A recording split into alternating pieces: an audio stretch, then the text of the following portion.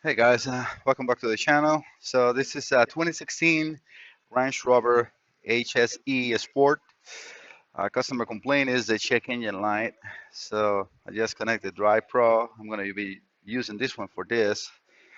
So I'm already in the Land Rover European side, and we're going to do an auto ID. It's a 2016, right? So should be not a problem with that. Ignition is on. Oh, by the way, the car has 57. Let me show that to you. So 57371, and you can see the check engine light on in there.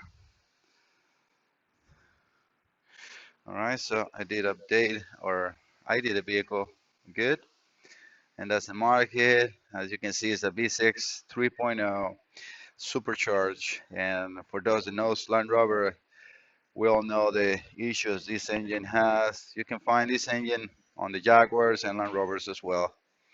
All right, but let's not take any assumption yet.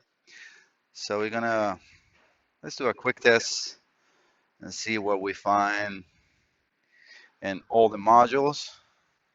If it doesn't go too quick, I will stop the video and get you back as soon as I got the results, which I think is the best way. All right, guys. The quick test report is done. I move it over, with the email. That's how the logic does it. Over to my computer. So we have 16 modules with faults.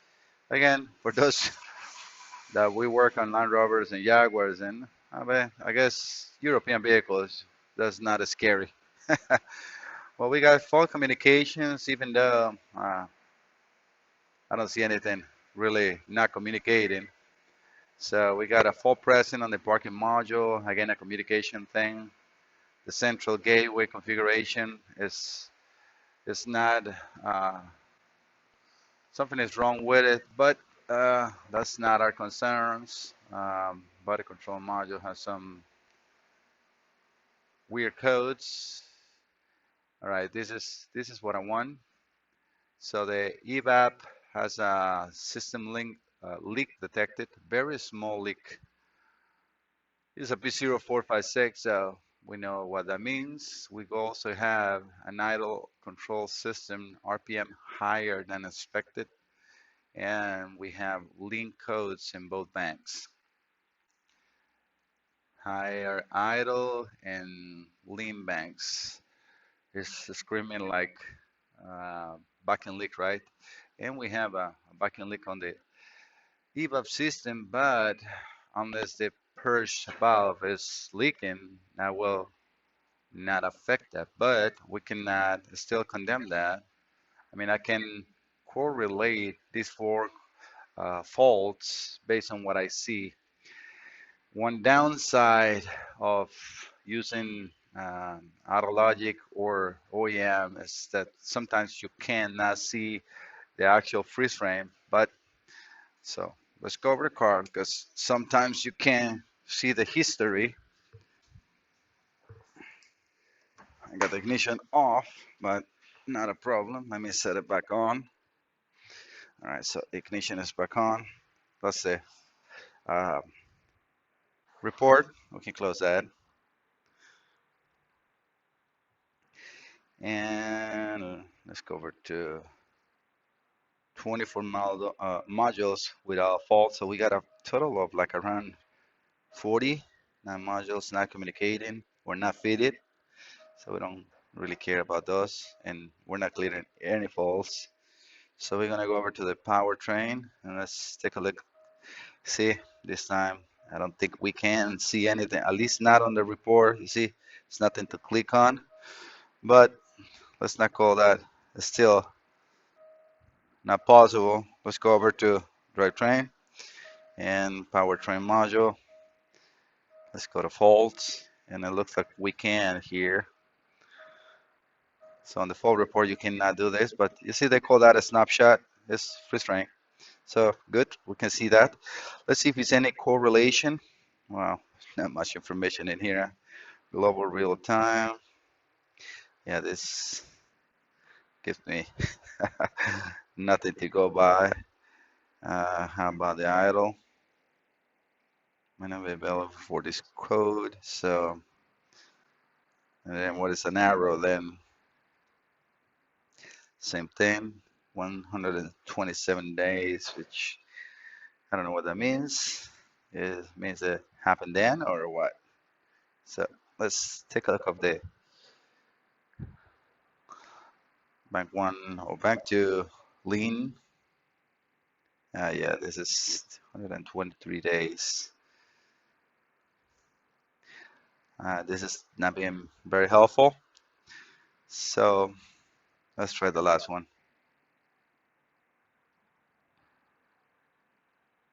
And we have the same thing. So there is no data that I can go by with this scanner. And module information, let's see what we see here. It says pretty basic information for this car. All right, guys, so let me switch the scanner. All right, guys, I'm setting up the hotel for this one. We know that snapping is not too strong without taking anything away. It's a good tool. All right, that's all good.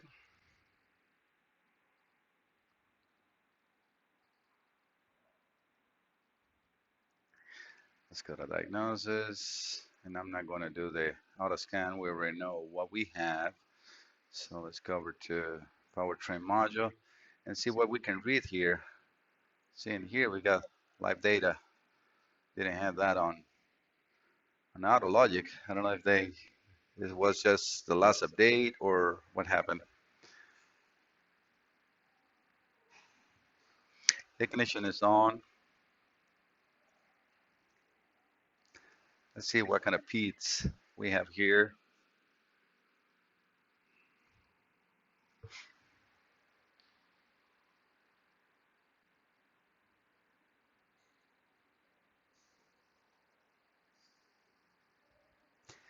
So again, looking of what we found with auto logic, I will correlate those four codes to the same issue.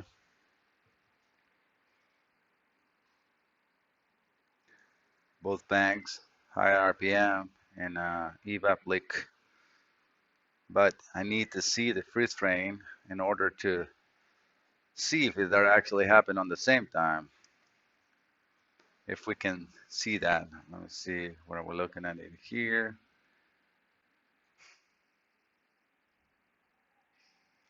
It's a huge list.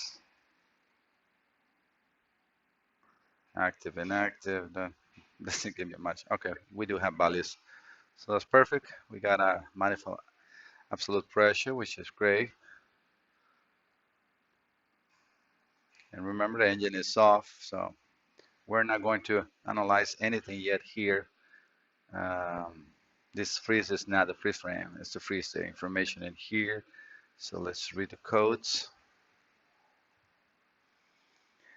Yes, okay, now we have an intermittent evap leak and then intermittent system to link in both banks and just a historic idle speed. So let's see the freeze frame.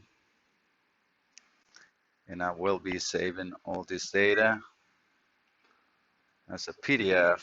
That's the best way to do it. So 1 second, guys. All right, I was looking at the evap leak first. This is now one of the link conditions on bank. I think it's bank 2, but the global real time is today's time, which is no, it's actually good. So we have engine RPM was an idle, no engine speed. It was, I cannot say cold, it's 150 Fahrenheit. Well, yeah, we got a super lean condition on both banks, as you can see. It's almost 41% and 45% on the other one. 44 and 45 actually. Manifold absolute pressure. in inches of water. Gotta see my value to there. It has a master flow as well. One thing I don't like about the way at least hotels shows it, it's like 0.01 pounds per second. Why not grams per second? All right, so let's see what else we got. Fuel rail pressure in inches of water. That is so weird. But, we need to check fuel pressure for sure before we condemn anything else. I'm just looking around. We always have to do this, take our time and analyze data before we take any assumption or any path for attacking this problem, right? So this is what I normally do. Just want to make sure how warm, cold the engine was. All right, so we can print this too. Not this one. Print. And that's the printer we use. Okay, let's take a look at the other one. Yeah, that was bank two. Left, yeah. And we can take a look at the freeze frame.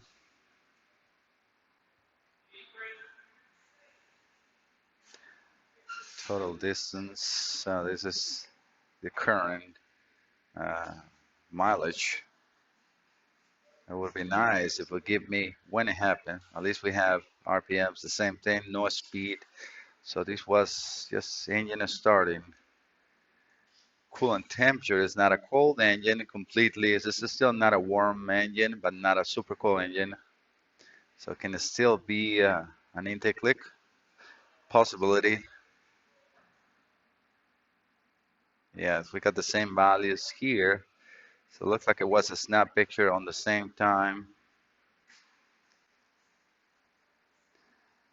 Absolute throttle position, yeah. There was no throttle. This is what I don't get. Fuel rail pressure in inches of mercury. What is that, like 3 pounds? I might be wrong, but I can do the conversion and I'll tell you in a second. Automatic pressure, battery voltage was fine. Air temperature, I think it was different than what we saw in the other one.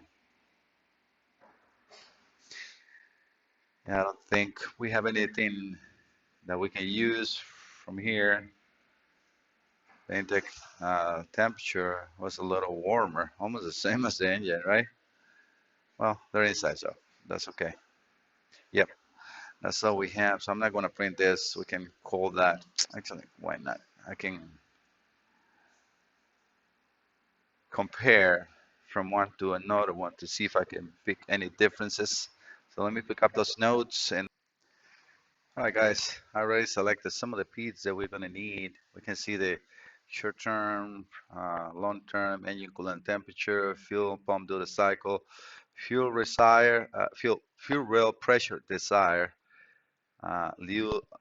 low pressure fuel line pressure, which seems good in there, and then the fuel rail pressure, which is right now in 1359. Engine is not running. As you can see, the engine is speed is 0. So let's start this car and see what we can see.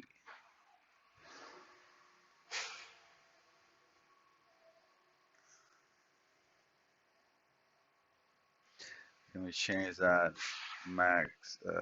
Okay, grams per second.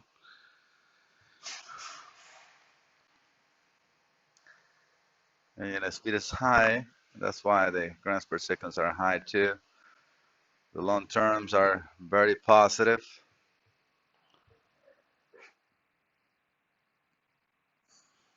We need to let it warm up and see what we see changes wise. The low pressure, although, yeah, the low fuel pressure is normal. The desire on the fuel rail is 640 and it's an 820. Well, actually, it just dropped. I don't know why they make those speeds so far away between, and I don't know how to move them in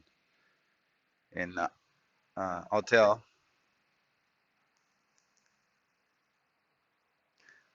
The short term is in zero, but it's still both of the fuel trims is they're just very positive.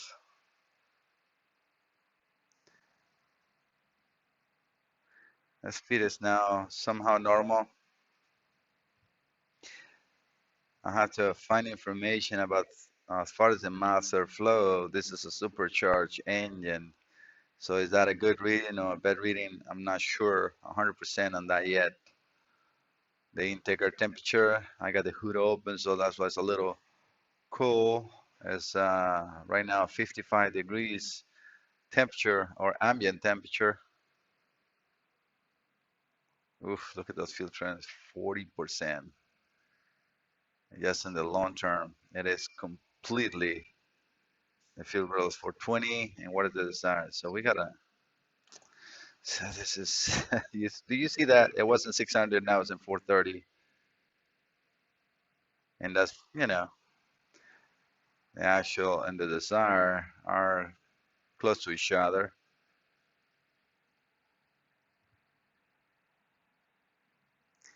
I put the coolant temperature voltage, but I do have the, do I? I don't think so. I need a coolant temperature, right? So let's get that coolant temperature voltage away from here. Where was it? Right here. And let's look for coolant temperature. Yell at me if you see it. All right, let's see. We're in the A's, coolant fan, crank. It's at the end. Engine input. It has a lot of bits.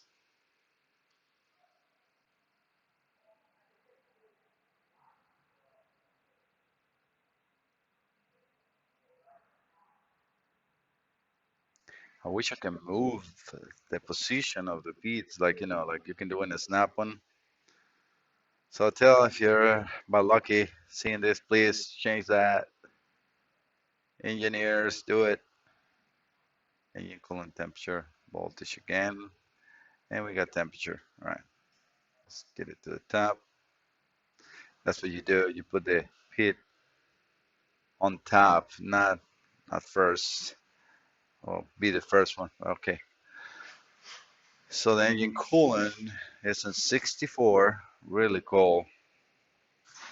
And yes, as you can see here on the gauge on the left side, it is cold.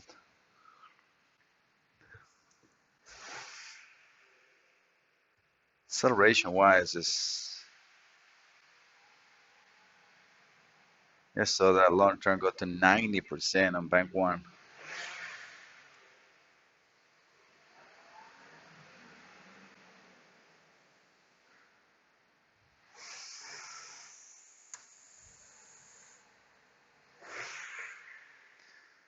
Trying to see what I hear. You see that one at 90 something percent. But I mean, diesel will do that. Now the short term were, now it's negative under acceleration. Let's go up to like 2500.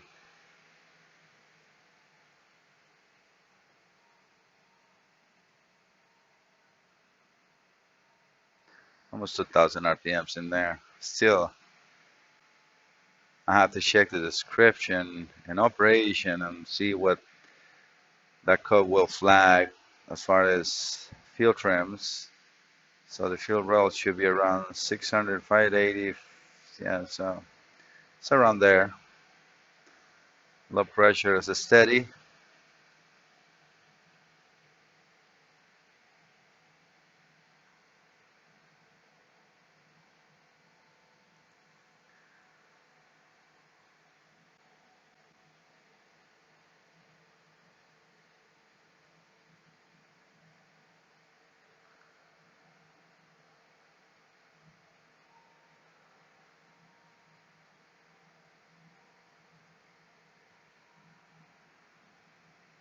I don't really believe that a coolant temperature too, because the engine has to be warmer than that. Engine coolant temperature voltage, and it's dropping, but that's coolant temperature 1.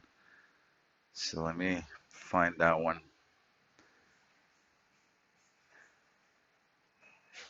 It is sometimes a little hard to see anything with so many beats.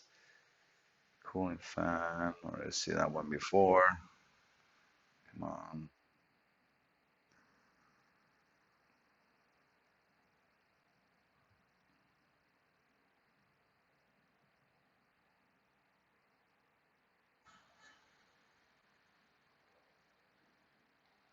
So many different beats. See, even the boost air temperature is hotter than that, so no way the engine is that cold, coolant wise.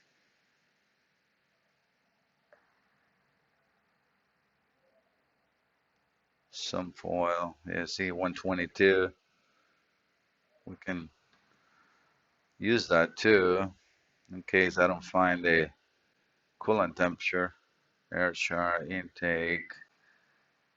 I'm looking for the piece that has the Fahrenheit on the right. I cannot see it. That is easier to catch on the eye. Engine coolant temperature. That's the one. Top and show. See, that's kind of weird. Look at what the engine coolant temperature 2 is showing. So that's not even a good bit for me to even take in consideration. So be careful when you are doing a diagnosis and you select the wrong beat.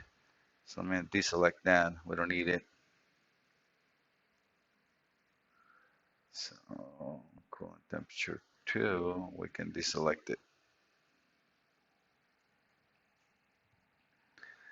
So we have 161. Our math is reading a little better, 3 grams per second. Fuel pressure in the rails, 416. What is the desired? 430. Hmm. And we'll still get a really, really lean condition. So it's even really, really bad now. It's almost 100%. Sorry, 75% on both banks.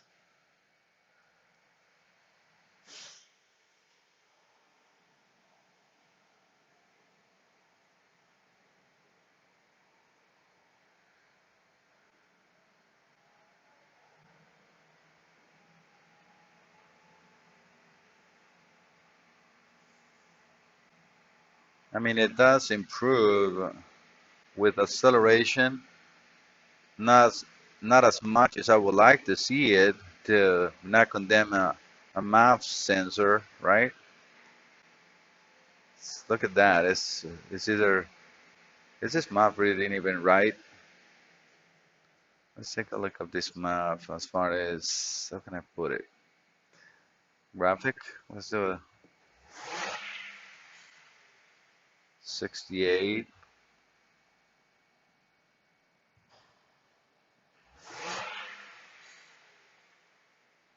Went to 129.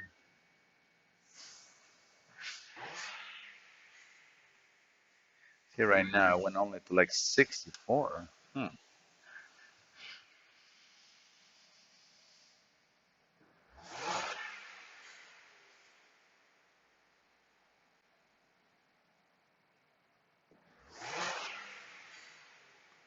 Really low values. I don't like that. Yep. I don't want to do that. Let's go back to here. See, look at this values. It's just outrageously lean, but it doesn't really feel that bad. You can feel like a noise at the end, like a like a bearing, like a pulley on a bearing.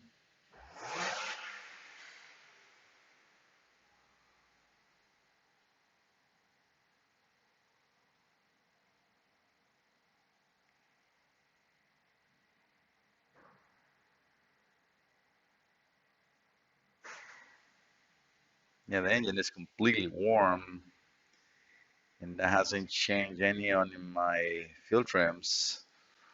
So I still cannot condemn a leak. Remember, this is a supercharged. See, when it goes to acceleration and decel, it gets a little better.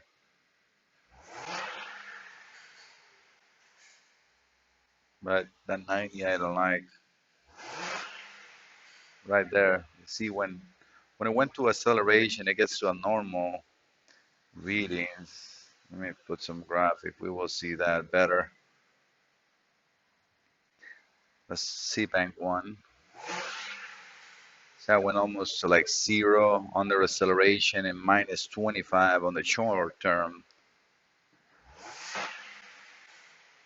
So that will also make me go away from fuel. But it does it and it doesn't do it, not all the time. Idle. Well, the short term right now is in 0.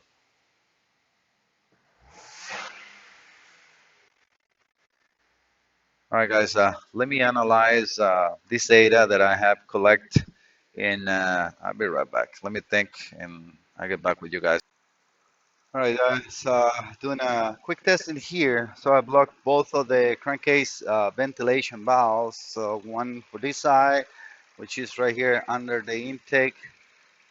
Let me focus the light on that cover so you guys can see it right there. I'm gonna touch it. You see that one?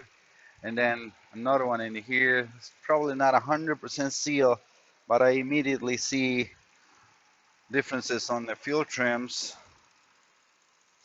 You can see it was actually a minus 20, and that's an idle. So I'm going to erase the codes and reset the fuel trims and see how to react to this. I'll be right back. I just turned the ignition. Sorry, I just turned the ignition on and off to do the erase, and one thing that we can immediately notice is that the values went to like almost normal, even though the car is off. Um, the values, considering of what is going on, they were almost normal. Uh, I am using Identifix to get the information of where the crankcase ventilation system goes, and this is what they call the part load breather. Is number one on the passenger side, and the full load breather is on the driver's side valve cover. This is the ventilation system. So let me erase that. Oops, sorry, and I'll be right back. Okay, guys, values have been set to 0 by erasing the codes. So I'm going to show that only. Let me start the car. See how this reacts to that.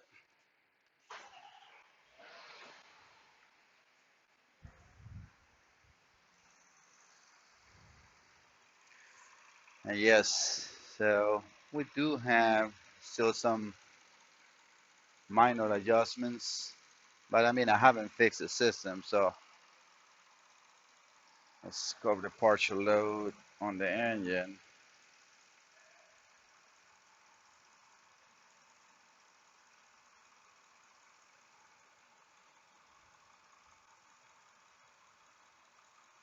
And you can see the values are good. Now the long terms are starting to react and compensate. But look at the values, guys. So this is definitely the issue. I'm going to do one more test, which is just cover the partial load, which is on the passenger side, and then see if the full load is not affecting. All right, so I'll be right back. I'm gonna do this with you guys. So right now the ignition is back on, but I want to erase codes, even though I don't know if they're there or not. But that's the way that I need to do in order to reset the fuel trims. So right now I have this side hose, driver side hose, connected back where it goes, and only the partial load is still blocked. All right, so let's go over to where the fuel trims are, which is at the bottom. I'm starting to get familiar with all the P's. Wow, I got a million P's in here. Oh, too much. That went too far down.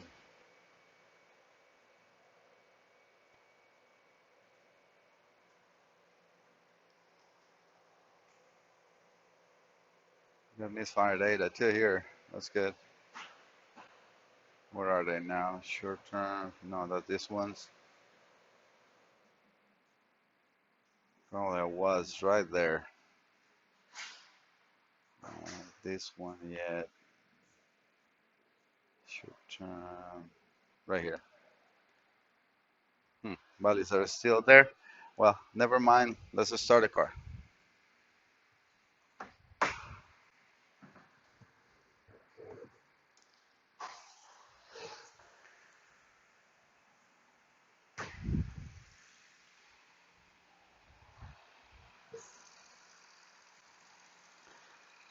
And yes, we can see values. I mean, it's still a little in of what I would consider, right? But nothing on 75%, right?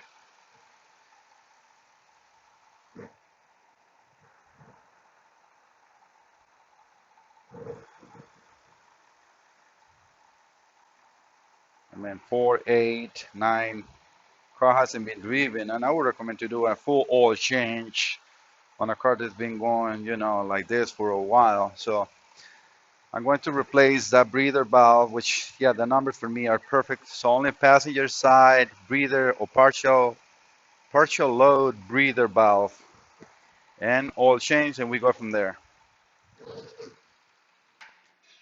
Hi guys, sorry. All right guys, I did remove the crankcase valve, which is let me get another light here. You'll see it in a second outside, but it sits right there. So I'm gonna clean that in there because it's just oil, which is normal. You need to push the insulation and remove the crankcase hose that goes on top of that, but it can be removed in the car. You don't need to remove the back cover for that.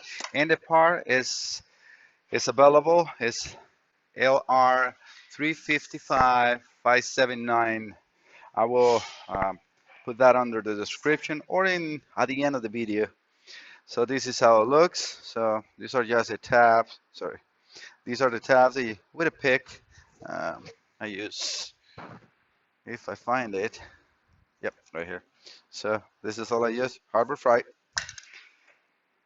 and they sell this as a kit. It comes with a spring, which goes on the diaphragm itself, and the and plastic in case you break, like I did some of the tabs. So, and I did not be careful because I know they will come with, but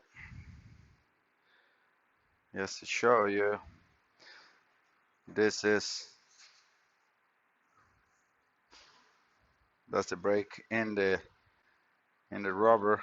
You can see the light going through. I put the green on the back, and you can see. So it's completely broken. So this is 100% fixed. But if you have a car that's been running like so lean, so the actual engine is adding fuel where it truly doesn't need it because it's just, well, kind of, it's a different mix of air, but it's so rich, you need to, rich meaning that it's adding fuel, right? You need to replace that oil change. I mean, do an oil change, and I'm getting the filter. Oh, right here, the part.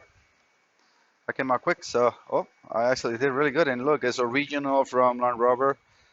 Again, LR133579, and I'm getting the two air filters and doing the oil change. But I know this is a fix with the block. I was able to pretty much put them into zero. So that's it, guys. Hope you liked the video. I see you next time. And for those that want to have some of my stickers, I did some stickers, and I will be coming with some shirts like the ones that you saw on my video with Ivan. Um, Not probably, the polo tie, just a regular t-shirt. But let me know in the comments if you guys would like to have some, and we go from there. Okay.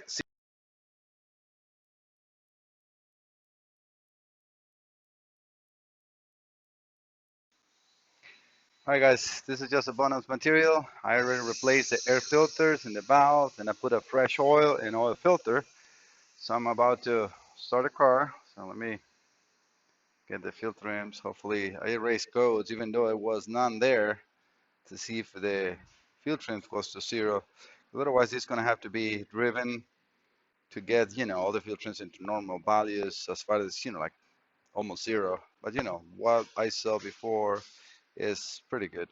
I mean, this was like sometimes up to 70%, so, which is unbelievable. Might pass it or no. Yeah, I didn't erase it, but they're low, as you can see. So let's just start the car. Let me put the engine RPM, and that's all we care. And let's crank it up.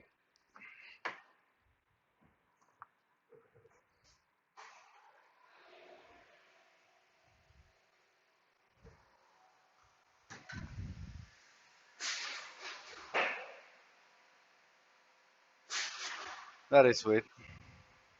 Very sweet. Again, the engine has to do a relearn on everything. Right now it's a little high. It's just a startup as far as RPM, right? But quickly coming down. And I call that a fix, guys. So thank you so much. Again, don't forget to subscribe and see you next time.